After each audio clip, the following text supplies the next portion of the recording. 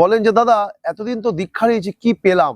তো সত্যিকারই তো ঠাকুরকে ধরে আমরা কি পেলাম? আর কোমরে চলতে পারে না, ঠ্যাংটা ইয়ে হয়ে গেল, এই দেখেছো তোমরা নিরামিষ খাও, এই তো হাঁটুতে ঠ্যাঙে জোর নেই। আচ্ছা, যদি নিরামিষ খেলে ঠ্যাঙে হাতে জোর না থাকে, তাহলে মাংস খেয়ে ঠ্যাং হাতে জোর চলে গেল কি করে? কর্মের ফল দাদা ফলবে, এই জন্মের এই জন্মেই ফলবে। আচ্ছা, কতদিন ধরে কত মুরগির ঠ্যাং চিবিয়েছি, আমার মনে হয় মুরগিগুলো উপরে গিয়ে ওদের ঠ্যাং চেবানোর জন্য বলে দেয় ভগবানকে যে প্রভু এরা আমাদের খুব ঠ্যাং চিবিয়েছে, এবার আমরা এদের ঠ্যাং চাবাও তুমি। ঠাকুরজি আমাকে বললেন যজন যজন ইষ্টভীতি সস্তানি সদাচার করে কি পেলাম। হ্যাঁ, সত্যি তো কি পেলাম। ঠাকুর তাকে স্বপ্নাদৃষ্ট করলেন, স্বপ্নে দেখা দিলেন, দেখা দিয়ে বলছেন সুশীলা আমাকে ইষ্টভীতি দেবা পারিস? দিবি না? রাতারাতি গরিব থেকে ধনী হতে পেরেছে এরকম উদাহরণ ভুরি ভুরি দেওয়া যাবে, কিন্তু একটা মানুষ রাতারাতি ভণ্ড থেকে ভক্ত হয়েছে এরকম উদাহরণ একজনও নেই। সবাইকে করে পেতে হয়েছে।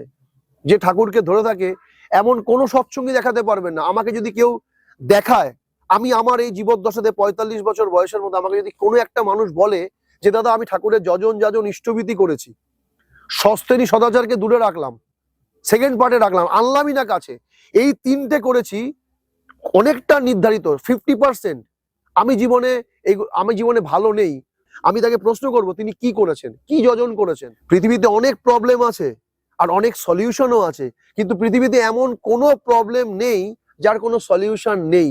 একদম তাই আপনার ভরদের সান্নিধ্য নিন, আপনারা মন্থরার সান্নিধ্য নেবেন না, জীবন রসাতলে চলে যাবে।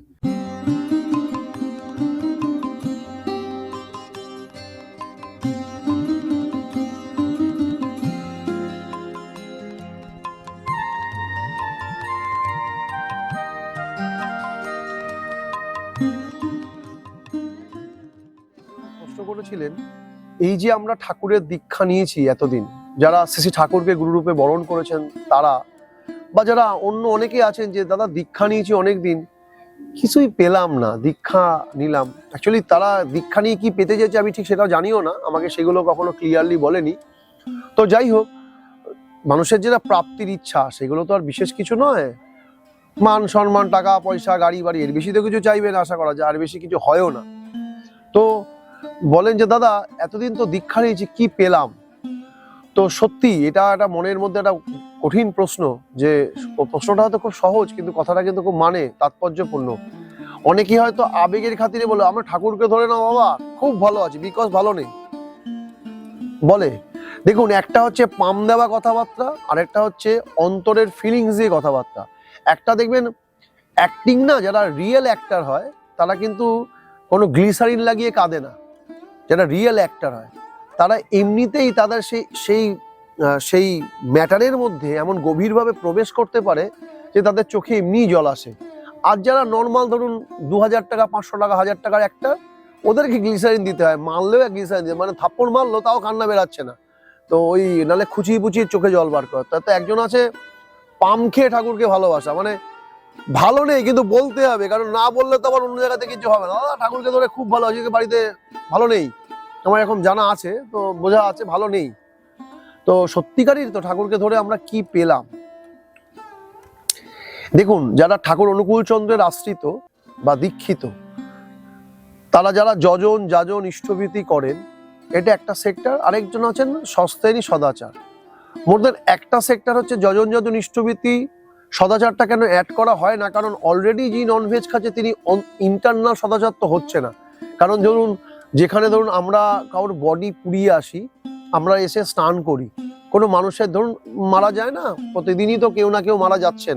ধরুন আমরা যদি মৃতদেহের সাথে যাই কি করি, বলো হরি হরি বল, এবার তাকে ঘাটে তোল, নিয়ে চলে গেলাম, নিয়ে পুড়িয়ে টুড়িয়ে আসলাম, ওখানে শ্মশানবাসীদের কিছু খাওয়াটা হলো, এসে দাঁড়া দাঁড়া স্নান করে ঢুকবি, সব জামা কাপড়, ধরুন যদি পুকুর থেকে ডুব মারলাম, পুকুর না থাকলে হরে কৃষ্ণ বাইরের জলে স্নান টান করে, শীতকাল হলে তো পুরো দেখতে হবে না, পুরো একদম হরে কৃষ্ণ কোথা থেকে হবে। এইবার এসে কি করে আগুন নেবে ছ্যাক, যারা হিন্দু, আমি অন্য রিলিজিয়নের কথা বলতে পারবো না, যারা হিন্দু মানুষ হয় তারা সনাতনী, তাদের আগুনে এরকম ছ্যাক নিতে হবে, তারপর আবার লোহার দা পাতালে দাঁতে ঠেকাতে হবে, আবার নিম পাতা চিবাতে হবে। এই ফর্মেট পালন করার পরে তুমি বাবা ঘরে প্রবেশ করতে পারবে। কিসে? একটা মানুষকে পোড়াতে গেলে ভালো করে মাথা নেবেন। এই কথাগুলো কিন্তু বহু ভাববার বিষয়, আমরা ভাবি না বলে তাই। আচ্ছা, যদি একটা মানুষকে শুধু পোড়াতে নিয়ে গেলে তাকে কিছু, আমরা কিন্তু ধরি টরিও না বেশি, একটা ধরলেও দিকে দিয়েছে হাতে স্যানিটাইজ করিলাম হয়ে গেল।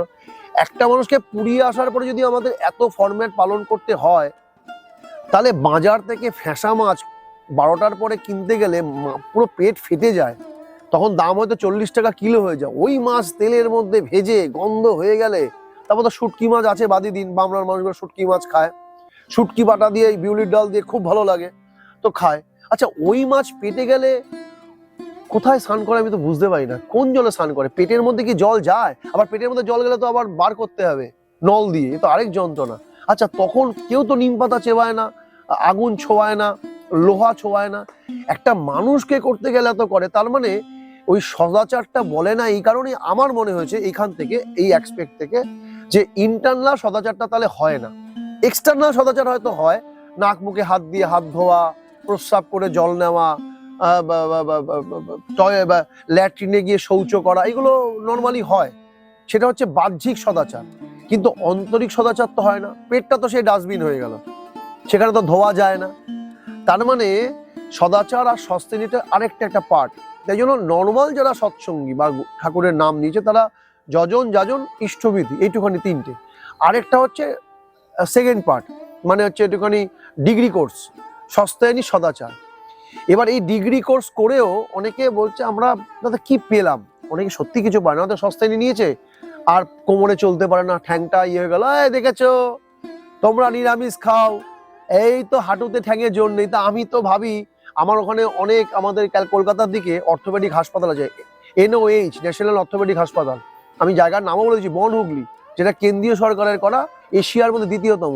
ওখানে যে কটা যায় ঠ্যাঙের যে হুইল চেয়ারটা, তার প্রত্যেকেই মাছ মাংস খায়। আচ্ছা, যদি নিরামিষ খেলে ঠ্যাঙে হাতে জোর না থাকে, তাহলে মাংস খেয়ে ঠ্যাং হাতে জোর চলে গেল কি করে?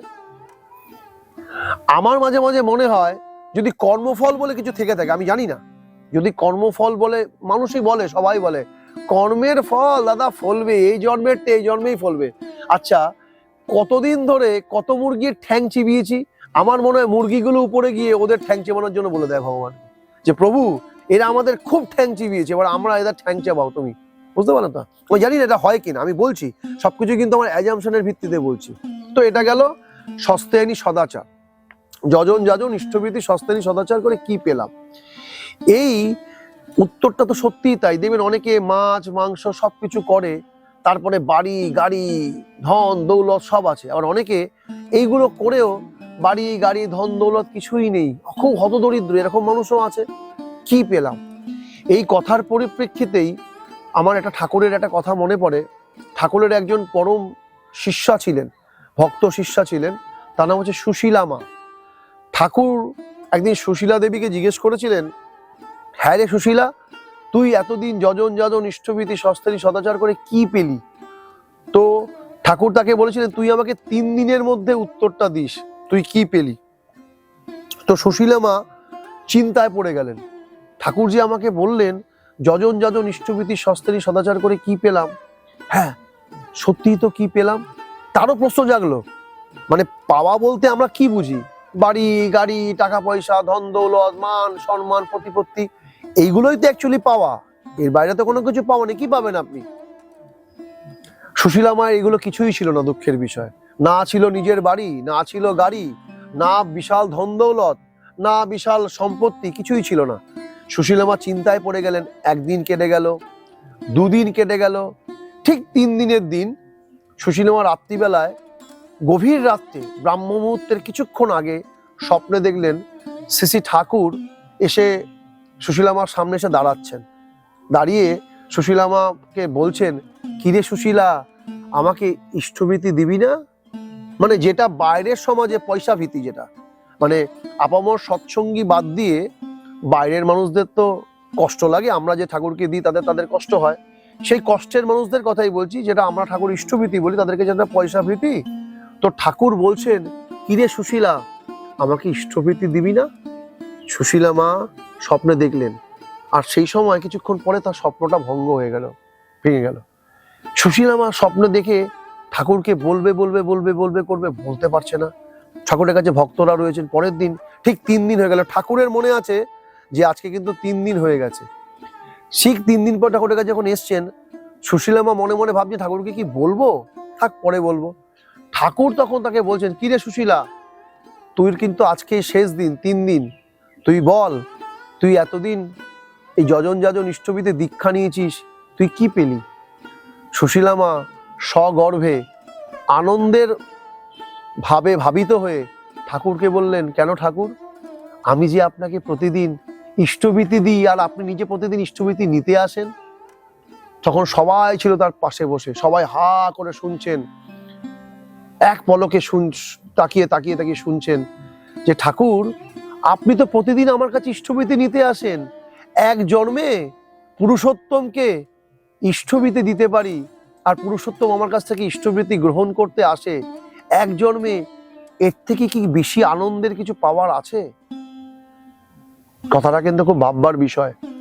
সুশীলা মার কাছে কিন্তু ঠাকুর শরীরে সশরীরে থাকলেও হাতে করে গিয়ে কিন্তু নিতে যেতেন না। সুশীলা মা 3 দিনের দিন সেই স্বপ্নটা দেখেছিলেন। আজও অনেকের এমন মানুষ আছেন যাদের কাছে ঠাকুর ইষ্টবিতি নিতে যান, যদিও বা প্রত্যেকের কাছেই নিতে যান, কিন্তু তার ভাবনার জন্য সে সেটাকে অনুভব করতে পারে না। যেমন ধরুন, ঠাকুর এক জায়গায় বলছে যে এই যে যেগুলো হারমোনিয়াম, তবলা, বাজনা, বলছে এগুলো বাদানুগ্রহে বাজে ভালো, কিন্তু নিজে কিছু অনুভব করতে হবে। যে হারমোনিয়ামকে যে আমরা বাজাই, যে ধরুন জয় রাধে রাধে, বা ধরুন কেউ কহনা পেয়ারেরই গান করছে, আরে কহনা পেয়ারের গান আপনার মনের ফিলিংস, আপনি গান করছেন, কিন্তু হারমোনিয়ামটা বুঝতে পারছে না। বা যেই বাজনা বা যেটা খোল বা যে তবলা যেগুলো আমরা বাজাই, খোলে ঢাং ঢাং ঢাং ঢাং ঢাং ঢাং করে বাজি, খোল তো সেটা অনুভব করতে পারে না, কিন্তু আমি অনুভব করতে পারি। ঠিক একইভাবে যে ইষ্টবৃত্তি ঠাকুর প্রতিদিন নিতে যান, সেটা কিঞ্চিত মানুষ অনুভব করতে পারেন, তাই ইষ্টবিধিটা সেইভাবেই করেন, কিন্তু অনেক ম্যাক্সিমাম মানুষ অনুভব করতে পারে না। তাদের কাছে ওই প্রশ্ন জাগে যে এতদিন আমি কি পেলাম। কিন্তু সুশীলা মার কাছে প্রশ্নটা থাকলেও তিনি তার প্রশ্নে নিরসন করতে পেরেছিলেন, তিনি অনুভব করতে পেরেছিলেন। ঠাকুর তাকে স্বপ্নাদৃষ্ট করলেন, স্বপ্নে দেখা দিলেন, দেখা দিয়ে বলছেন, সুশীলা, আমাকে ইষ্টবিধি দেবা পারিস, দিবি না? ওই সুশীলা মা পরের দিন 3 দিনের মাথায় গিয়ে সেই উত্তরটাই দিয়েছিলেন, ঠাকুর, এক জন্মে একটা মানুষের এর থেকে কি আনন্দের কিছু থাকতে পারে যে নিজের হাতে পুরুষোত্তমকে ইষ্টবিধি দেয় আর পুরুষোত্তম নিজ হাতে সেটাকে গ্রহণ করে। একবার ভাববার সময়, আমরা যারা আজকে এত সৎসঙ্গী, মানে সৎসঙ্গের ট্যাগ লাগানো আমাদের গায়ে, যে ঠাকুরকে ধরেছি, গ্রহণ করেছি, আমাদের মধ্যে কিন্তু এখনো এই প্রশ্ন, এই হতাশা, এই দুর্দশা, এই যন্ত্রণা আছে যে অনেকে কিছু করে না, অনেক কিছু আছে, আমরা কি পেলাম? ভাবুন আপনারা কি পেলেন যা তারা পায়নি। আপনি যে ধনে ধনী, সেই ধনে তারা ধনী নয়। ওই ধন চাইলে আপনি পাবেন, কিন্তু এই ধন চাইলে তারা পাবে না। ধরুন যার 50 লক্ষ টাকা আছে, সে চাইলে ঠাকুর তার কাছ থেকে গ্রহণ করছে, সেটা চাইলেই পারবে না। কিন্তু আপনি একটা ডিয়ার লটারি কেটে ফেললেন, আমি বলছি না সবার হবে, আমি বলছি না, কিন্তু লটারি তো অনেকের বাদে, অনেক গরিব মানুষেরও তো বাদে। তাহলে সে চাইলে রাতারাতি 0 থেকে হিরো হতে পারে, টাকায় হিরো হতে পারে, কিন্তু এমন একজন দেখাতে পারবেন যে সারা জীবন ব্যভিচারী করে রাতারাতি ভক্ততে কনভার্ট হয়ে ঈশ্বর দর্শন করতে পেরেছে? না, পারেনি। কিন্তু একটা মানুষ রাতারাতি গরিব থেকে ধনী হতে পেরেছে, এরকম উদাহরণ ভুরি ভুরি দেওয়া যাবে। কিন্তু একটা মানুষ রাতারাতি ভণ্ড থেকে ভক্ত হয়েছে, এরকম উদাহরণ সারা ব্রহ্মাণ্ডে, সারা পৃথিবী কেন, সারা ব্রহ্মাণ্ডে, ইউনিভার্সে একজনও নেই। সবাইকে করে পেতে হয়েছে, কিন্তু ওটা কিন্তু পাওয়া যেতে পারে, কিন্তু এটা পাওয়া যেতে পারে। তাই আপনি যে ধনে ধনী, সেই ধনটা কিন্তু ওই ধনবানের নেই যে ধনটা আপনার আছে। ওটা আপনি চাইলেই পেতে পারেন, কিন্তু সেই ধনবান কিন্তু চাইলে পুরুষোত্তমের সেই করুণা পেতে পারেন না, যেটা আপনি পেতে পারেন, সুশীলা দেবী যেটা পেয়েছিলেন। তাই জানবেন, যদি সত্যিকারের আপনি এতদিন কি পেয়েছেন মনে প্রশ্ন হয়, তাহলে প্রতিদিন রাত্রে শোয়ার আগে ঠাকুরকে বলে শুন যে প্রভু, আমি জানি ঠিক সময় উঠে তোমার সেবায় নিজেকে নিয়োজিত করতে পারি, আর তুমি এসে তা গ্রহণ করো। আর ইষ্টভীতি করার সময় খুব ভাব এবং ভাবের প্রকাশ দিয়ে ইষ্টভীতি করবেন। ইষ্টভীতির একটা বিশেষ মুদ্রা আছে। ইষ্টভীতি ঠাকুর যেভাবে করতেন ন্যাচারালি, এখন আমি জানি না কেন করানো হয় না, সেই ঋত্বিক যারা আছেন তারা সেভাবে অবগত হয়েছেন বা হয়ে দেন কিনা আমি জানি না। ইষ্টভীতি কিন্তু এখানে নিয়ে এইভাবে করার নিয়ম নয়, এটা একটা নর্মাল প্রসেস হয়ে গেছে। দেখবেন যখনই কোনো কঠিন মানে যে কোনো মুদ্রা যেগুলো আমাদের কাছে মনে হচ্ছে আমি ইজিলি পারছি না, ওটাকে একটা ওলট ফর্মে নিয়ে যাই, নিজের মতো করে নিই। মানে ধরুন এইখানে একটা অর্ঘ্য রেখে এইখানে একটা চাপা দিয়ে এইভাবে নিয়ে ফেলাটা খুব ইজি ব্যাপার। যা ইজিলি অ্যাভেলেবেল তা কিন্তু গ্রহণযোগ্য নয়, যা ইজিলি পাওয়া যায় তা কিন্তু গ্রহণযোগ্য নয়। যেমন দেখবেন আমাদের এখন যে শীতের সিজনগুলোতে কমলা লেবু পাওয়া যায়, তা কমলা লেবু ইজিলি পাওয়া যায়, কমলা লেবুর একটা দাম আছে, কিন্তু এই বছরটা দাম বেশি, আগের বছর আরো কম ছিল। আবার দেখবেন যখন ফলন হবে তখন দাম কমে যাবে। কিন্তু একটা দুর্লভ ফল আছে, সেই ফলটার নাম হচ্ছে হিমালয়ান বেরি, যেটাকে ইংলিশে বলা হয় sea buckthorn. Sea buckthorn, SEABORKTHORN, sea buckthorn. দেখবেন আমাদের ভারতবর্ষের প্রধানমন্ত্রী আদরণীয় প্রণম্য শ্রী নরেন্দ্র দামোদর দাস মোদী এটার কথা বলেছেন এক জায়গায়। শিবকথন হচ্ছে এমন একটা জিনিস, লাদাখে হয়, হিমালয়ের মধ্যে হয়, -50 ডিগ্রি টেম্পারেচারে +50 ডিগ্রি টেম্পারেচার, যার মধ্যে ভিটামিন সি এর খনিজ, ওমেগা 3, 6, 7 এবং 9, এমন পৃথিবীতে কোনো ফল নেই, not only India, all over the ওয়ার্ল্ডে এমন কোনো ফ্রুটস নেই যার মধ্যে ওমেগা 3, 6, 7 এবং 9 একসাথে আছে, কিন্তু শিবকথনের মধ্যে আছে। এটা ক্যান্সার প্রোটেক্টেড, সমস্ত রোগ নিরাময়। আমি আগে সেইগুলোকে সেবন করেছি, আমি কখনো খেয়েছি, অনেকগুলো খেয়েছি, তখন আমার স্কিন, আপনারা আমাকে আগে দেখেছেন অন্যান্য ভিডিওতে, অনেক গ্লোয়িং এবং অনেক কিছু ছিল। তো যাই হোক, তো ওই একটা ফল, ওটা ইজিলি পাওয়া যায় না, কিন্তু মানুষ যেটাকে ইজিলি পায় সেটাকেই ভাবে, তাই জন্য ওটা কস্টলিও বেটে। তাই ইষ্টভীতির ঠাকুর আমাদেরকে শিখিয়েছিলেন, আপনারা যে অর্ঘ্য দিয়ে করেন, যেই অর্থটাকে দিয়ে করেন আর কি অর্ঘ্য, সেটাকে 1 টাকা, 2 টাকা, 5 টাকা, 10 টাকা, 50 টাকা, 100 টাকা, 500 টাকা, 1000 টাকা, যে যেই সামর্থ্য নিয়ে ইষ্টভীতি করেন। তো এই অর্ঘ্যটাকে না, এই যে আমার আঙ্গুলগুলো দেখতে পাচ্ছেন, এই দুটো আঙ্গুল, এটাকে বলা হয় রিং ফিঙ্গার মানে অনামিকা, এটাকে বলা হয় মিডিল ফিঙ্গার যেটাকে বলা হচ্ছে মধ্যমা। আর এইখানটা মধ্যমা এবং অনামিকার এইখানটাকে অর্ঘ্যটা রাখতে হয়, এই জায়গাটাকে অর্ঘ্যটা রাখতে, এটাকে এইভাবে রেখে এই দুটো আঙ্গুলকে প্রেস করে দিতে হয় এইভাবে। তার মধ্যে ঠিক এই আঙ্গুল দুটো যেভাবে রয়েছে, এই আঙ্গুলগুলোকে ঠিক এইভাবে রাখতে হয়, ঠাকুর যেভাবে ইষ্টভীতি করতেন। আর এই তর্জনীর সাথে এই কনিষ্ঠাকে অ্যাড করতে হয়, আর এই তর্জনীকে এই বৃদ্ধাঙ্গুলের সাথে অ্যাড করতে হয়। আর এটা দেখতে পাচ্ছেন আমার মুদ্রাটা, এই বুড়ো আঙ্গুলটিকে আমার যে থার্ড আই, যেখানে আজ্ঞা চক্র বলা হয়, এই আজ্ঞা চক্রে এরকম ধরতে হয়। এইবার যে ইষ্টভীতির যে মন্ত্র আছে তা পড়তে হয়, পড়ে তারপর ইষ্টভীতি অর্ঘ্য নিবেদন করতে হয়। এটা হচ্ছে ইষ্টভীতির মুদ্রা ফর্ম। জানবেন বিভিন্ন মুদ্রা আমাদেরকে বিভিন্ন মানসিকতা গ্রো আপ করে। সকালবেলা উঠে যারা এইভাবে ইষ্টভীতি করেন, আমি বলছি না অন্যায় কাজ, মন্দের ভালো, ঠাকুরের বলা প্রসেস হচ্ছে এইটা, এটা একদম আমি আপনাকে বলছি, কনফার্ম বলছি। এবং তার আত্মজদের কাছ থেকে আমার পাওয়া, ঠাকুরের আত্মজ, আমি যদি কোনো ভিডিওতে কখনো কোনো দাদাদের নাম নিই না তাই বলছি না, তার আত্মজ, তার সন্তানের কাছ থেকে আমার দেখা, তিনি আমাকে সস্তেনি দিয়েছিলেন, শিখিয়েছিলেন। আমার দাদা, মায়ের দাদু ঋত্বিক ছিলেন, তিনি আমাকে ইষ্টভীতি শিখিয়েছিলেন। আর সস্তেনি ব্রত আমরা এইভাবেই করি। এটা হচ্ছে ইষ্টভীতি এবং সস্তেনি দুটোরই মুদ্রা, এইভাবেই করার নিয়ম, ঠাকুরের বলা। দেখবেন আপনি এই মুহূর্তে পৃথিবীর সব থেকে বড় ধন কবির এলন মাস্ক, ভারতবর্ষের প্রধানমন্ত্রী নরেন্দ্র মোদী বিশেষ একটা মুদ্রা করে পাবলিকের সাথে অ্যাপ্রোচ করেন, কথা বলেন।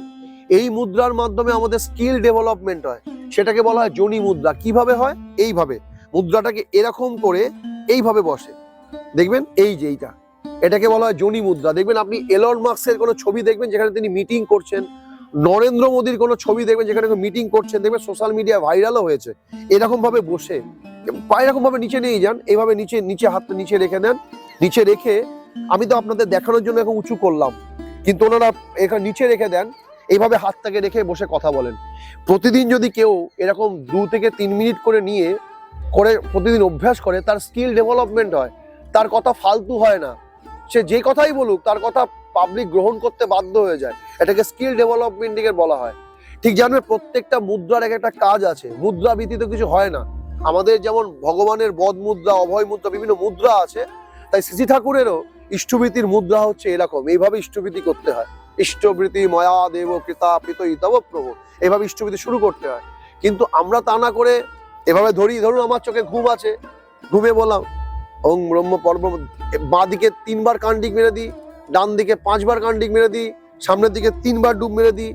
যদি এইভাবে এতবার এদিক ওদিক 5 বার হেলি, ভগবানও একবার এদিক ওদিক হেলে যায়। ভগবানের বিগ্রহ সোজা থাকে না তো। আগে আপনার ভিতরের ভগবানকে সোজা করতে হবে, তারপরেই না আপনার বাইরের ভগবান সোজা হয়ে প্রকট হবে। আপনি যদি নিজে এতবার 3 বার কাঁপেন, তাহলে ভগবানও তো কেঁপে যায়। ভগবান তো বাইরে কোথাও নেই, আছে তো ভিতরে। আর এইটা করার মাধ্যমে যখনই আপনি এখানে চাপ পড়বে, তখন আপনার এই থার্ড আইতে বলে না এর তৃতীয় নয়ন জেগে গেছে, এই নয়নে যখন চাপ পড়ে প্রেস, দেখবেন আমাদের অ্যাকুপ্রেশার বলে, এই জায়গাটা হচ্ছে চোখের পয়েন্ট, এখানটা হচ্ছে কিডনি পয়েন্ট। তো আমরা আচ্ছা বলুন, চোখ তো এখানে থাকে, তো এখানে চিপলে চোখের সাথে কি করে লাগে? আচ্ছা কিডনি তো এখানে থাকে, তাহলে এখানে চিপলে কিডনিতে কি করে লাগে? তাহলে নিশ্চয়ই এর সাথে কোনো সংযোগ আছে নার্ভাস সিস্টেমে। ঠিক একইভাবে থার্ড আইয়ের এখানে প্রেস করলেও থার্ড আই অ্যাক্টিভেটেড হয়। এগুলোকে আই অ্যাক্টিভেটেড কথা বলা হয়। তাই ঠাকুর তিনি বড় বৈজ্ঞানিক ছিলেন, সায়েন্টিস্ট ছিলেন। আমি ঠাকুরকে না ভগবান হিসাবে দেখতে সবাইকে বলি না, আপনারা একজন বৈজ্ঞানিক, একজন মানুষ হিসেবে তাকে প্রথম দেখুন, তাহলে বুঝতে পারবেন। তাই ঠাকুর ইষ্টভীতিটা এইভাবে করার কথা বলেছিলেন। ওই যে বললাম ইজিলি অ্যাভেলেবেল, মানুষ বোঝে না, এই আঙ্গুল বেঁকাতে গেলে 10 বার এরকম ঘুরিয়ে ফেলে, হয় না। এই জন্য না হলে প্র্যাকটিস করে করে শিখে নিন, শিখে এভাবে ইষ্টভীতি করুন। আর প্রতিদিন তার কাছে প্রার্থনা করুন যে দয়া করে তুমি এই নিকুম্ভিলাকে গ্রহণ করো। আপনি কিছুদিন করার মাধ্যমে বুঝতে পারবেন আপনি অ্যাকচুয়ালি কি পেলেন এটা বুঝতে পারবেন। হয়তো আপনি এটা করার মাধ্যমে কালকে থেকে এলন মাস্ক বা নরেন্দ্র মোদী হবেন না, হয়তো আপনি কোনো ধন কুবের হবেন না, হয়তো কোনো মন্ত্রী আমলা এমএলএ হবেন না, কিন্তু যেটা আপনি বলছেন আমি কি পেলাম, কিছুতে একটা পাবেন। যেই পাওয়াটা সুশীলা মা পেয়েছিলেন, না টাকা পেয়েছে, না পয়সা পেয়েছে, না সম্পদ পেয়েছে, না ধন, কিছু পায়নি, কিন্তু কি পেয়েছে? আনন্দ। কিন্তু আপনি যদি দেখে থাকেন, আমরা টাকা পয়সা ধন দৌলত কিসের জন্য রোজগার করি? আনন্দের জন্যই না করি। আর যেটা না ছাড়া তিনি আনন্দ পেয়ে গেছেন ডাইরেক্ট। আপনি আমেরিকায় যেতে গেলে আপনাকে প্রথমে এয়ারপোর্টে যেতে হবে, বিভিন্ন ভায়া মাধ্যম করে, তারপর আপনি প্লেনে করে আমেরিকায় যাবেন দিল্লি থেকে। আরে যদি আমার কাছে এখান থেকেই হেলিকপ্টার থাকে, আর আমি সোজা হেলিকপ্টার থেকে এই ছাদ থেকেই উড়ে গিয়ে আমি অন্য জায়গায় চলে যেতে পারি, তাহলে সেটা কি আরো সুবিধাজনক জায়গা নয়? তো আমাদের জন্য পরমপিতা হেলিকপ্টার ব্যবস্থা করে দিয়েছেন তুলে নেওয়ার জন্য। আর আমরা তা না করে ট্রেনে বাসে গুতিয়ে গাতিয়ে প্রথমত এয়ারপোর্ট যাই, এয়ারপোর্ট থেকে ভায়া মাধ্যম থেকে আমরা যাই সদূর আমেরিকাতে। দরকার কি? যখন আপনার জন্য ভগবান পরমাত্মা এত তৈরি করেছেন, আপনি কেন করেন না? তা না করে বেকার চিল্লাচিল্লি কান্নাকাটি করে কি লাভ? জানবেন আপনার কাউকে বলে কিচ্ছু হবে না, আপনার অন্তরস্থ ভগবানকে আপনাকেই জাগাতে হবে। আমি প্রিভিয়াস অনেক ভিডিওতে বলেছি, আবারও এই ভিডিওর সূত্রে আরেকবার বলছি, আপনার ঠাকুরত্ব না জাগলে কেউ আপনার কেন্দ্র নয়, ঠাকুরও নয়। আমার ঠাকুর আমার ভিতরে আছে, তাকে অ্যাক্টিভেটেড আমাকে করতে হবে। যেভাবে যখনই কোনো পুজো হয়, মূর্তি নিয়ে আসে, মূর্তির মধ্যে প্রাণ প্রতিষ্ঠা থাকে না, তখন সেটা জেনারেল মূর্তি। দেখবেন যে দুর্গা কালী সরস্বতী যেসব মূর্তিগুলো হয়, দেখবেন কুমোররা ওই খড় বাঁধার সময় মা দুর্গার পিছনে উঠে থেকে টাইট করে বাঁধছে। কিন্তু যখনই ঘট প্রতিষ্ঠা হয়ে যায়, তখন কিন্তু আর কাউর ওইখানে পা দেওয়ার যোগ্য জায়গা থাকে না, তখন সেটা কিন্তু তার জাগ্রত হয়ে ওঠে। তাই আপনিও কিন্তু ওই খড় কাঠ মাটি দিয়ে তৈরি একটা শরীরের নামান্তর মাত্র। আপনি যতক্ষণ তাকে অ্যাক্টিভেটেড না করবেন আপনার ঈশ্বরকে, ততক্ষণ আপনি অ্যাক্টিভেটেড হবেন না। তাই আগে আপনার ভিতরের ঈশ্বরকে অ্যাক্টিভেটেড করুন, সেভাবে ইষ্টভীতি করুন, ঠাকুরকে নিবেদন করুন। আর প্রাণ ভরে, যেভাবে হনুমান এত শক্তিশালী হয়েও নম্র ছিলেন যে প্রভু সব তোমার কৃপা, তিনি এত শক্তির অধিকারী হয়েও বলেছিলেন আমার রামের কৃপা, তিনি যা করছেন তার কৃপাতে করছেন। আপনিও তাই তাকে দিয়ে বলুন যে প্রভু আমি গঙ্গা জলে গঙ্গা পুজো করছি, তুমি দয়া করে এই নিকুম্ভিলারূপ ইষ্টভীতিকে গ্রহণ করে আমাকে ধন্য করে দাও প্রভু। কে কি বলছে দেখবেন না, বাইরের মানুষ সমালোচনা করবেই, দেখবেন যে নিজে জ্বলে সে অন্যকে জ্বালায়, এটা 100% সত্য।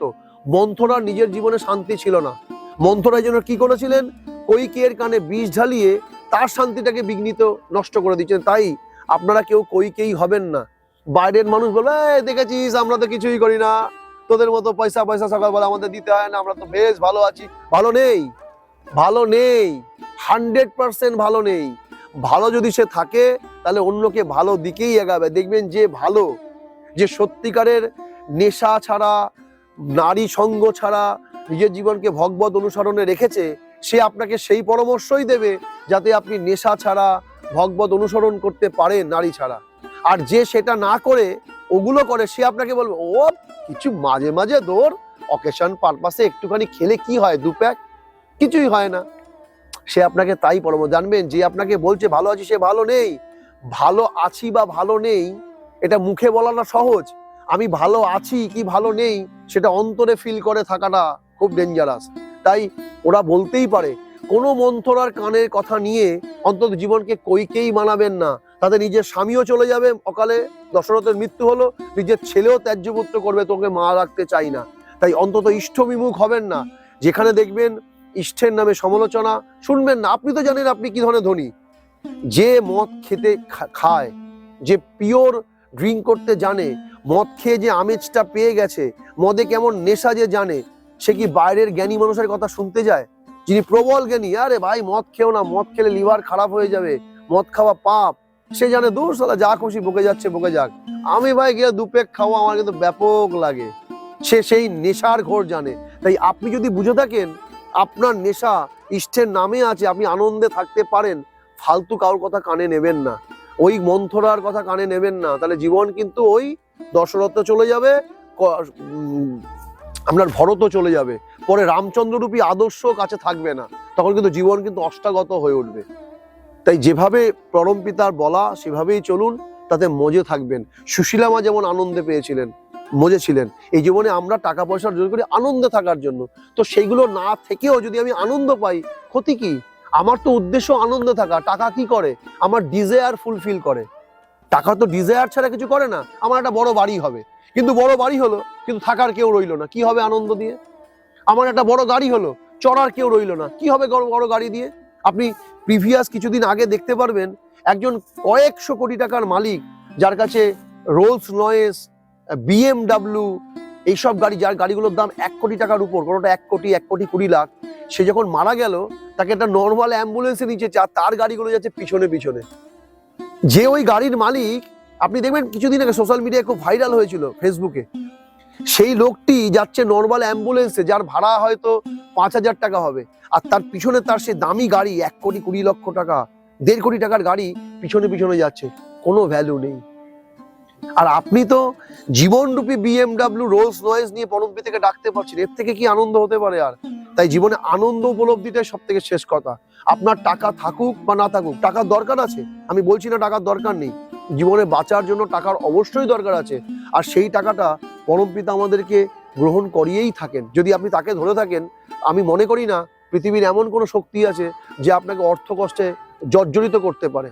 যে ঠাকুরকে ধরে থাকে এমন কোনো সৎসঙ্গী দেখাতে পারবেন না। আমাকে যদি কেউ দেখায়, আমি আমার এই জীবদ্দশাতে 45 বছর বয়সের মধ্যে আমাকে যদি কোনো একটা মানুষ বলে যে দাদা আমি ঠাকুরের যজন যাজন ইষ্টভীতি করেছি, সস্তেরই সদাচারকে দূরে রাখলাম, সেকেন্ড পার্টে রাখলাম, আনলামই না কাছে, এই 3টে করেছি, অনেকটা নির্ধারিত 50%, আমি জীবনে ভালো নেই, আমাকে দেখিয়ে দিক, আমি তাকে প্রশ্ন করব। আমাকে তো বোকাভাবে বুঝিয়ে দিলে হবে না, আমাকে লজিক্যালি বোঝাতে হবে। আমি তাকে প্রশ্ন করব তিনি কি করেছেন, কি যজন করেছেন। কারণ যাজন করতে গেলে আগে যজন লাগে। তিনি কি যজন করতে হবে, জীবনে কি বুঝেছেন, ঠাকুরকে কি উপলব্ধি করেছেন। যদি কেউ এরকম করে থাকেন, তার জীবনে এরকম দুর্দশা আসে না। তাই যারা এখনো মনে করছেন আমার জীবনে এরকম হতাশা দুর্দশা যন্ত্রণা আছে, তাহলে জানবেন আমাদের কোনো খামতি আছে, আমাদের অনেক খামতি আছে। খামতিগুলোকে পরিপূরণ করুন, দেখবেন ভালো হবে। টালির চালের ফুটো দেখতে পাচ্ছেন না কিন্তু জল পড়ছে, আরে বাবা কোথাও না কোথাও ফুটো আছে, সেটা বৃষ্টি আসলেই বোঝা যায়। এমনি শীতকাল গরমকালে আপনার চালে কোথায় ফুটো আছে আপনি বুঝতে পারবেন না, কিন্তু বৃষ্টি আসলে বোঝা যায়। তাই যখন প্রবলেম এসছে তখনই আপনার ডিফেক্ট আপনি বুঝতে পারছেন। তাহলে যেখান থেকে ডিফেক্ট, যেখানে জল পড়ছে সেখানে ডিটেক্ট করুন, সেখানে গিয়ে পিচ্চর লাগিয়ে দিন, জল বন্ধ হয়ে যাবে।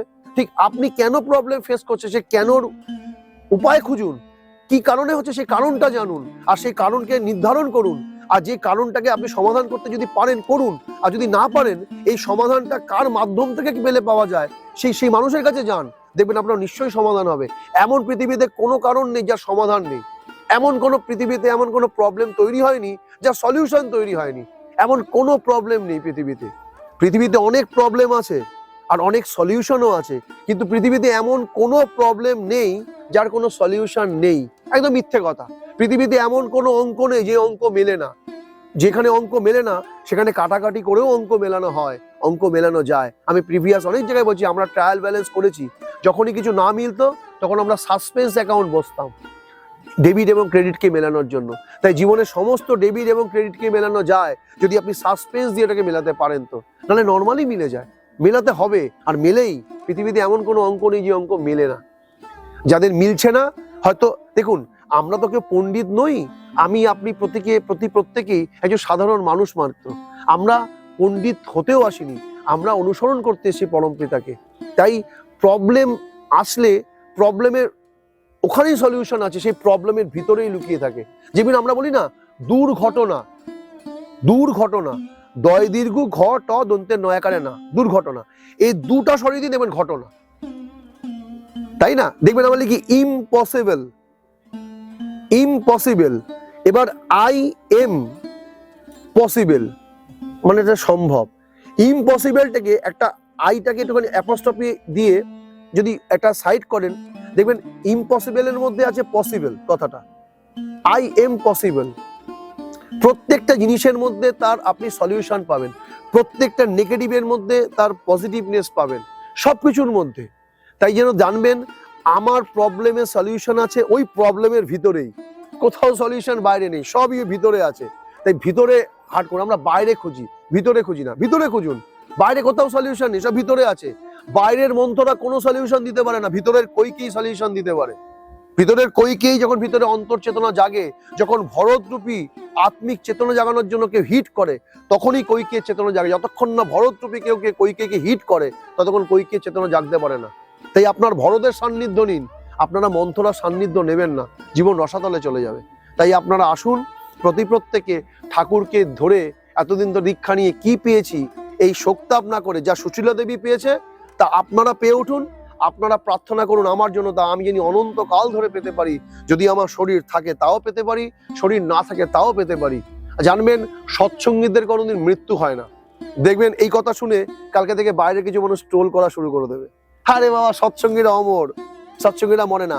একদম ধ্রুব সত্য বলছি, ঠাকুরের নিজের মুখের বলা, সৎসঙ্গীদের কখনো মৃত্যু হয় না। মৃত্যু তো শরীরের হয়, মৃত্যু তো শরীরের হয়। ঠাকুর বলছেন সৎসঙ্গীরা ইহজগতও তার হাতেই আছেন, আর মৃত্যুতেও সিকিওর, তার জায়গা একদম সিকিওর। যেমন আমার যদি বাড়ি থাকে, আমি ধরুন কোনো কাজে কোনো জায়গায় একটা ট্রান্সফারে রয়েছি, আর আমি জানি তো আমার বাড়ি আছে, আমি যাব বাড়িতে গিয়ে তাওলা খুলবো, বাড়িতে গিয়ে থাকবো। আমাদেরও একদম সিকিওর বাড়ি রয়েছে, একদম নিশ্চিন্তে মনে থাকুন। আর মন দিয়ে পরম পিতাকে ভালোবাসুন, তার নাম করুন, তার গুণকীর্তন করুন, তার জপ করুন, যজন করুন, যাজন করুন, ইষ্টভীতি করুন, সদাচারকে অন্তরে গ্রহণ করুন, ইন্টারনাল এক্সটার্নাল দুটো সদাচার পালন করুন। পেটকে ডাস্টবিন বানাবেন না, অখাদ্য কুখাদ্যকে পেটকে ডাস্টবিন বানাবেন না। যে যা খুশি বলুক, মাছ না খেলে হাড় সরে যায়, ওনাদের মতো ওনাদেরকে থাকতে দিন। ওনাদের বাবা তোমরা হাড়ের গ্রোথ বাড়াও, তোমরা ক্যালসিয়াম গ্রো করো, আমি ক্যালসিয়াম কমাতে চাই। বেশি হয়ে গেলে আবার বেশি ক্যালসিয়াম নিয়ে যান তো কিডনিতে পাথর হয়ে যায়, ডাক্তাররা বলবে, এটা আমার কথা নয়। যদি একটা মানুষ বেশি ক্যালসিয়াম খায় তাহলে আবার কিডনিতে পাথর হতে পারে।